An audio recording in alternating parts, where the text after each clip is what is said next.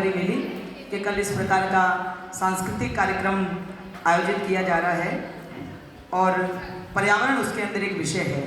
तो मैं शिक्षण के साथ में जो है वो कविताएं, आलेख आदि लिखता हूँ। तो पिछले वर्ष मैंने इसी विषय के ऊपर आज के दिवस के लिए विशेष करके कविता लिखी थी, जो राजस्थान पत्रिका के अंदर प्रकाशित भी हुई थी उस दिन। विषय बड़ा गंभीर है और हमें चिंतन करना होगा।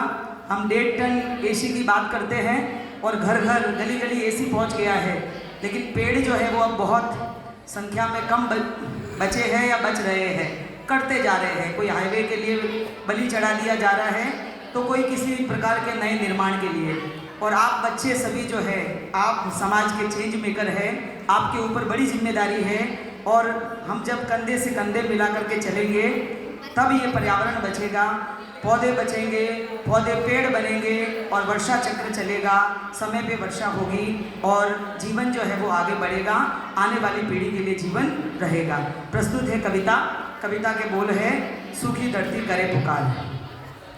सूखी धरती करे पुकार, वृक्ष लगा कर करो श्रृंगार।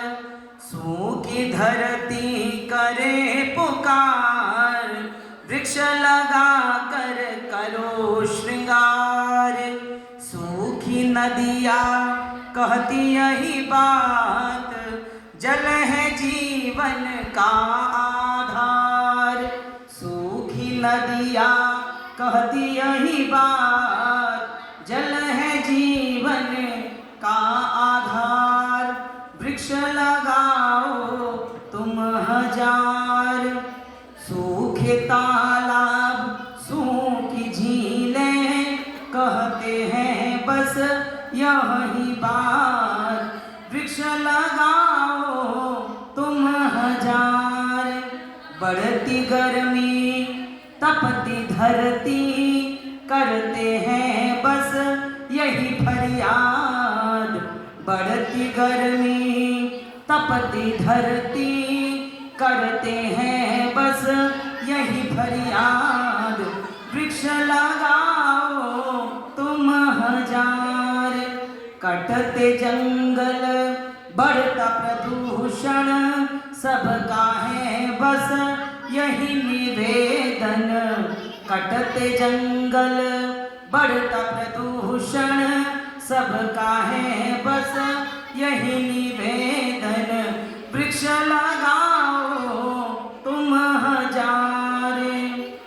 बिना वर्षा के नहीं कल्याण, पौधे रोपो आवे वर्षा काल।